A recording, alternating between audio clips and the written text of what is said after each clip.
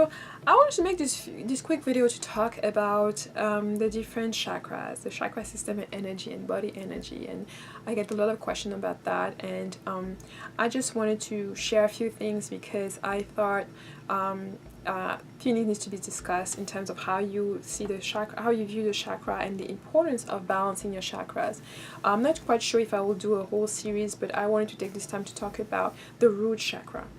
Okay, I know a lot of people want to open their third eye and they focus on the third eye and be able to have all those, paranormal experiences or extraordinary experiences or similar experiences as other people that they've watched, they've talked to, or they've read about.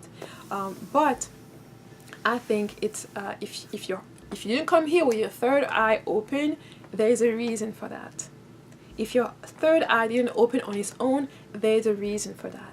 And I know this is something that people don't want to hear because they just want to say, okay, you have your third eye open, I want to open mine too. Just show me how to open it and I'll do it on my own.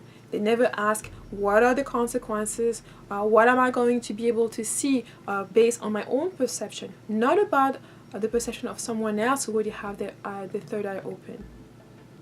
And there are people who had negative experiences doing that or trying to do that, forcing it in a certain kind of way. Because you are forcing it. If you haven't done the entire work in terms of your entire energy system in your body, it's like building a window when the house is not even built. The rest of the house is not even built. Building the top floor without even finishing to build the lower floors. And I just find that interesting sometimes that everyone wants to open their third eye and deal with the third eye chakra, but no one wants to do some root work. And root work, I'm not talking about root work in terms of magic, but I'm talking about chakra root work, root chakra work, base chakra work, you can say. And it's core and vital that you start considering doing that work seriously, considering dealing with issues of security. Are you feeling emotionally, financially, spiritually secured? Do you still have abandonment issues? Do you still have issues where you have felt neglected? Baggages about somebody who hurt you that prevented you to trust? Do you still have any type of issue that's blocking and preventing you from feeling totally secure and being able to trust somebody? I think this is where the core of the work is, because you can't really embody divinity and all of that when you are resentful towards other people or resentful towards yourself because you don't feel secure. You don't feel financially secure. You feel like you're surviving from paycheck to paycheck or from one spell to another, who knows. But having that insecurity may be blocking you in many kind of ways.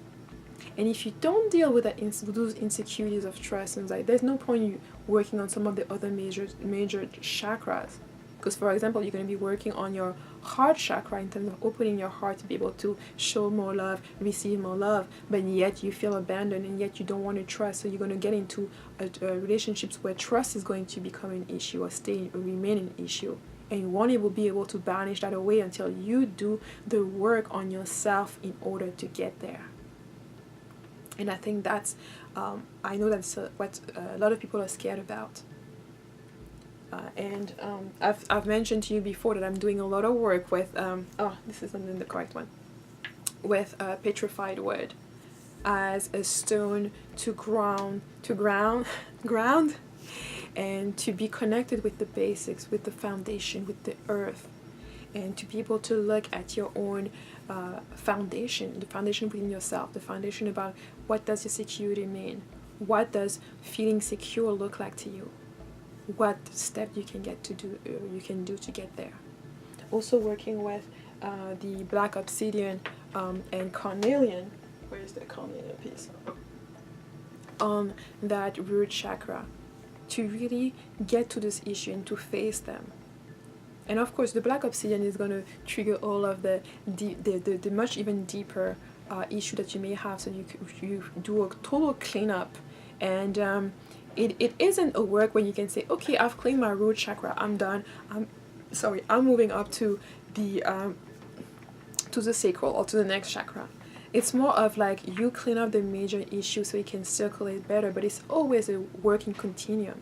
Remember, once you start to clean all of the chakra all the way up to the crown chakra, and the energy has to flow back. The energy it's like a circle. The circle that goes from divinity to the earth and back and forth. So it's a constant work. It's just like when you're working on self-love and you're working on bettering yourself every day. There's no, you never reach when you can say I'm done. When you're done is when you're going to transition, basically, when you're going to ascend. So until then, you're still constantly working yourself and bettering yourself, educating yourself, learning and expanding. So it's a conversation that never ends. It's a conversation with yourself that never ends, and that you can see through the interaction that you get. And if you refuse to do this kind of work, this root work, this foundational work, you're going to meet people that are going to trigger you in that area, and you're bound to meet them. You won't be able to avoid them, no matter how many how much your third eye is open. So I will invite you to do that work. Some of you have been starting to do that work in so many different ways. So you're already on the path, and it can take your time. You don't have to rush into those issues. You don't have to resolve them right away, especially when sometimes some of you haven't even identified the issues yet. So once you know what they are, and you took the time to identify them, then you can just take your time to see how you're going to be dealing with them. Some of you may be able to do it by yourself, with the tool that you already have, the knowledge that you already have. Some of you may be able to do it with the super group that's next to you, that's around you, family or friends, or even other people that you may know that may help you and assist you with that. Others of you may be needing a lot more support, or want to touch base with me. You can always write to me for consultations. Information is in the description box to go over that. Personally, I've done root chakra work for about at least, I think, a year and a half to 2 years when I first got my black obsidian yoni egg, and I constantly go back to the root. As you move up, as you climb and you discover certain things, you have to go back to the foundation and fortify it even further. It's just like when you're building a building. If you started by building a house, it's not going to be the same foundation that you're going to need if you're building a high-rise building. So the higher you're going, the more you always have to go back to the foundation and make sure the foundation is still solid, make sure the groundwork is still solid. And I think the beauty of doing that is that you always rediscover something else about yourself, something that you may not have been aware of before. And that's a gift that keeps giving in a lot of ways. So don't shy away from doing that. I think it's beautiful work. It's the same kind of work that you'll do at each of the principal major center of energy that you do have in your body. And especially if you're taking your journey seriously, and you're taking this type of energy work seriously, you will spend the time that it requires to face these different issues and not be scared no matter what you discover in there. It's always great to have those different things come to the surface so that you can actually look at them. Because it's only by looking at them, acknowledging them, that you can actually change them and get rid of them if they don't serve you. So I hope this was useful, and I'll talk to you in my next video.